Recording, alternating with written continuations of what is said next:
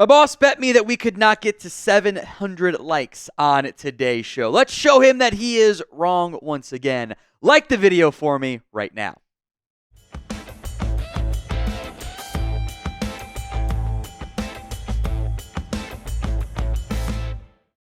Let's dive into DJ's top 50 big board. Number 1, Abdul Carter, the Penn State edge rusher. Having read DJ's mock draft, can't say I was surprised that he straight up said Carter was going to be his number 1 overall player. Elite pass rusher. And then Travis Hunter, the Colorado wide receiver. Now, not everyone's going to agree with DJ's statement of preferring that Hunter prioritizes offense and moonlights on defense. Some might disagree on that one. This, I think, is a player you should let try and let dabble playing both ways. Now, positional value is a factor here, but Ashton Jeanty is number 3 overall, the Boise State runner. Unbelievable after contact production. I believe he had more yards after contact than any running back had total in college football this year, which happens every now and then, but it will never not make me laugh and go, that's just silly business. He's a great football player. Mason Graham, the Michigan defensive tackle. I get Christian Wilkins vibes out of him. And I think in general, in a class that doesn't have a lot of clear and obvious, no doubt first round grades, it's going to be a controversial class. These top 4 are going to be pretty close to pure consensus first round grades. And then that makes Tyler Warren number 5 overall. He is a lot bigger than I think people realize. He's 6'6", 260. And he doesn't move like that. I mean that in a positive sense. You could wind back the clock to early career Jason Witten was built like that, and I think Warren will test in pretty similar fashion. He is a dynamic player, but he's also a tight end. How do you balance that part? Jalen Walker's number 6. You can look at the PFF big board, and Walker's in the 40s, and you just got him at 6. I subscribe more to the Walker side of it. I do want to point out some of the tweener traits. Is he truly athletic enough in coverage to be an off-ball linebacker? Can he truly hold up powerfully enough as an edge rusher? Or is he kind of like an Anthony Barr type of hybrid player? That's a question mark that has to get answered. Another surprise, another tight end. 2 tight ends in the top 7. Colston Loveland out of Michigan. His production wasn't great this year. I blame the quarterback play, but his 2023 stuff was really, really good. Will Campbell at number 8. There are times I think he just kind of struggles against speed, frankly. And the length, I think, is a big factor in that. But this is a very high football IQ player who I think, whether he's a tackle or a guard, chance to be the first lineman taken. DJ's got one of my guys at number 9. I thought I was crazy for constantly putting in Mel Kiper mock drafts hey, they should put Barron in here. Well, then DJ put him in there at number 10 or number 9. I have a comp for him, and I texted this to a buddy. I have the proof of it because DJ and I actually have the exact same player comp here. Early career Brian Branch for the Lions. Can do nickel stuff for you, can play safety, and I think probably offers more outside cornerback value. This is one of my favorite players in this year's class. How many QBs go in round 1? The first quarterback we're about to get to on DJ's big board. But let me know in the comments section, the pinned comment of today's show, how many quarterbacks get drafted in the first round of this year's class. Number 10 is Cam Ward. He is the gunslinger. He will make plays. He will be aggressive. He will sometimes make too many mistakes, and you want to dial him back a little bit. But you'd always rather have someone you got to dial back than you got to ramp up from an aggressive standpoint. Ward's the creator. Shedeur is the executor. Fantastic accuracy, good touch, the footwork, the motion. I like all of it from a throwing perspective.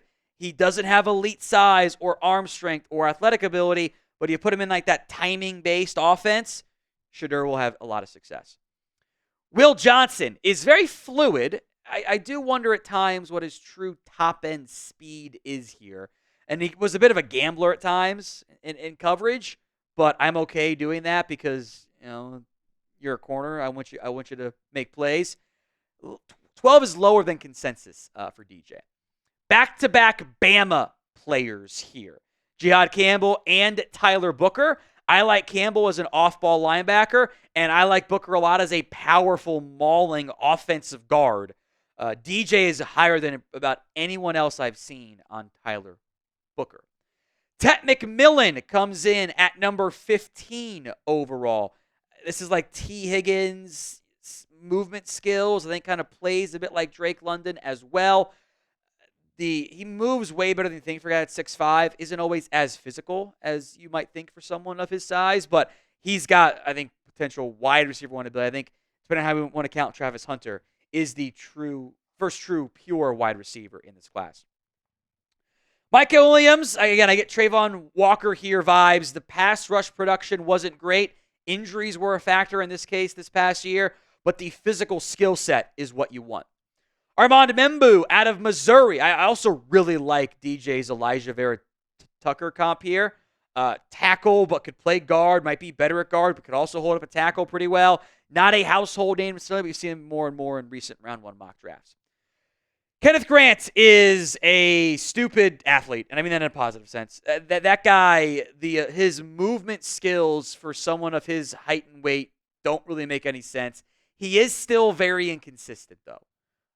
But when he puts up, borderline Jordan Davis testing at the combine, we'll be talking a lot about him in round one. Today's show is made possible by Game Time. Game Time's got a new feature. It's called Game Time Picks that makes getting tickets for events even easier. It filters out the fluff to only show you incredible deals on great seats, so you don't have to waste time searching through thousands of tickets to find the best value. Always keep an eye out for the super deal. It is the best deal for any given event. It's the best value. If you can find a super deal, you're probably better off getting it. It's curation, the Game Time Picks feature is, to make it easier to find better value, not just for sports, but for concerts and comedy, theater, and everything else in between. The Game Time guarantee is this. You find tickets in the same section and row for less. Game Time will credit you 110% of the difference. Download the Game Time app today, create your account, and use code CHATSPORTS for $20 off your first purchase. Terms apply. But again, create your account, redeem code CHATSPORTS, CHATSPORTS, for $20 off. Link will be in the comment section and the description of today's show. Make sure you pay attention that the terms do apply. But down the Game Time app for last-minute tickets, lowest price, all guaranteed. Number 19, I like Kelvin Banks a bit more than Daniel Jeremiah.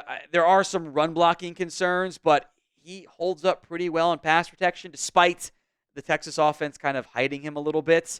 I think he can. I'm trying him to tackle and then guard if it does not work out. But there's a lot I like about Banks. I also like James Pierce. I get some minus the outfield stuff, Randy Gregory vibes out of him. I see the talent. I see the pass rush ability. I see the upside. There's value in taking that. Maybe he only ends up being a situational pass rusher early, but I think there's value in getting that dynamic playmaker off the edge. Nikamon Worry, the safety from South Carolina, will have to answer some questions, by the way, about this whole, didn't show up for the second half of the bowl game, but athletically, there's so much to like about what he offers at safety. Derek Harmon, part of a very deep and thus, disagreements in where they should rank defensive tackle class. The Michigan State transfer had a really productive, impactful year for the Oregon Ducks.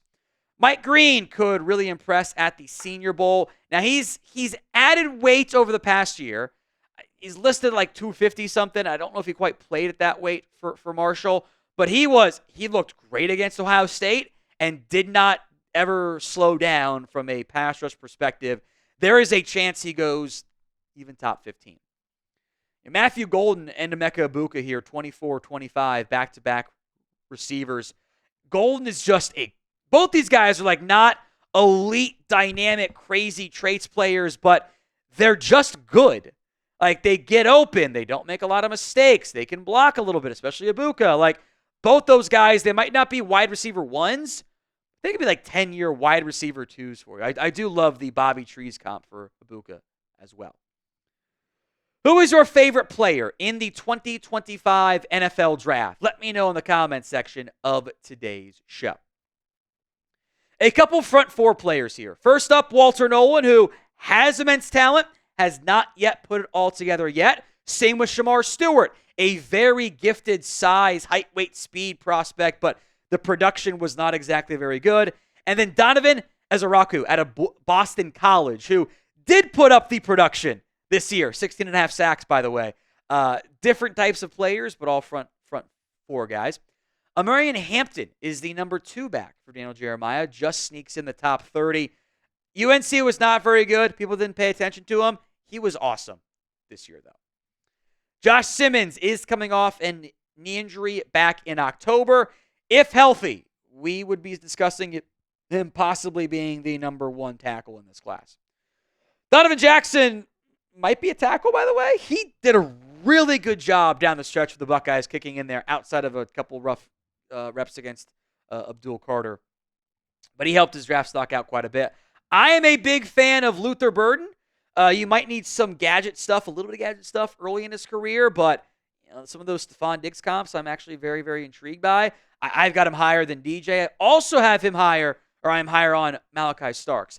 I don't think he was as good this past year. I do acknowledge that, but I think he's able to make plays in coverage. He can do slot stuff, can do deep safety stuff. I think that's valuable. I still think he's the best safety in the class. Quinshon Judkins at 34 over Travion Henderson. He is a better pure runner. Henderson, not quite the same gifted athletic ability. Another tight end, by the way, in a pretty top-heavy class, and I mean, there's a lot of talent up top. Mason Taylor, the LSU tight end. Again, LSU wasn't as good. Didn't get the same hype as like Harold Fannin, for example, from a production standpoint, or Tyler Warren. But this is a quality starting caliber tight end. Now, if you want more 2025 NFL draft videos, simply hit that sub button right now. Bookend Ohio State players here, 36 and 40. Travion Henderson, this is the explosive runner. That's my type of guy. I want someone to make big-time plays and be a threat to go 60 yards anytime he touches that ball. Keep his touches down, by the way. We'll come back to 37, 30, 39. 40, Jack Sawyer, number 2 edge for you. Never going to be a double-digit sack guy probably, but will be a powerful edge setter for you and be able to have success in that regard. The UCLA linebacker, Carson Schwessinger. Again, no one was watching UCLA play. They weren't very good this year. A lot of impact plays, though, on the film. I think Josh Connolly is going to go round 1. This is a young former 5-star, still getting better. I think there is some good athletic traits there about him, a bit higher on his athletic ability than I think DJ is. I think there's a real chance he goes round 1. Joshua Farmer out of Florida State. Everyone forgot about Florida State this year because they were a dumpster fire. We thought about Patrick Payton preseason, and then we never discussed him again because he never did anything there. Farmer did play pretty well for the Noles. Jackson Dart steps in here at 41 as the number 3 QB in this class. I still have question marks about him holding up when he has to go through like actual reads and progressions.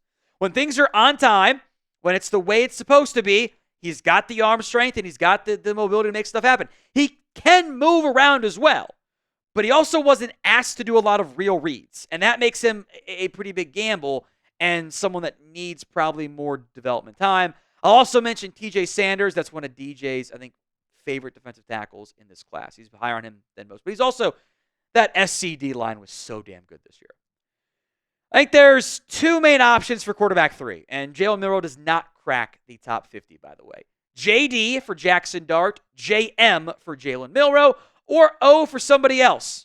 Let me know who that other is in the comments, if there is one in today's show. 3 straight corners. Benjamin Morrison at 45, the Notre Dame option, who's got injury concerns, I believe. Maxwell Harrison, the UK corner, who I think will probably end up being a top 5 pick. And then Azareye'h Thomas, the really lanky Florida State corner. Again, people stopped paying attention to the Noles this year. I get that. But this is the modern-day cornerback size he's got in spades. All right, Josiah Stewart, undersized edge, might be a situational pass rusher, but he's got the athletic juice there. I am a big fan of Marcus Bowe. I might try him at center. I think he's not immensely powerful, but I think tackle maybe in like some of those classic Shanahan zone blocking schemes or center even, I think would work really well for him. Gray Zabel, you'll hear a lot of him, I think, at the Senior Bowl. North Dakota State product, but he's, I think, played 4 different O-line spots in his NFL career. That stuff's always valuable there. Elijah Arroyo, again, we're filming this. DJ's came up before the Senior Bowl. I think he's going to look better than Harold Fannin at the Senior Bowl. He is a gifted athlete with size that you covet in spades. This is a really strong tight end class. Arroyo is one of them. Medical question marks, you got to vet there. And then Alfred Collins didn't do a lot as a pass rusher, but I think that there is upside to be developed as that and is a very strong run stopper as well.